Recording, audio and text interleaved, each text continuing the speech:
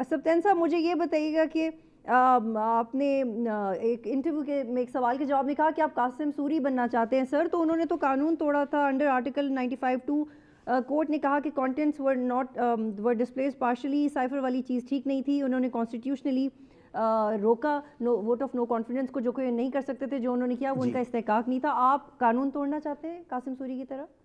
नहीं, मैं कानून बिल्कुल नहीं तोड़ना चाहता, लेकिन फिर अगले प्रोग्राम में मैंने ये भी कहा कि मुझे मोहम्मद सप्तान खान ही रहने दें, और कासिम सूरी साहब हों या असद कैसर साहब हों, दोनों काबिले हमारे लिए इज़्ज़त के लायक हैं। बट अब ये देखें, जो मैंने फैसला दिया या जिस तरह मैंने वोट ऑफ कॉन्फिडेंस लिया, चौधरी परवेज इलाही ने लिया या मैंने करवाया वो उसको, तो वो तो ऑनरेबल हाई कोर्ट ने उसके ऊपर स्टैम्प कर दिया कि ये बिल्कुल ठीक हुआ है कि मुझे सप्तान खान ही रहने दे। राइट? नहीं, मैंने वापस नहीं लिए।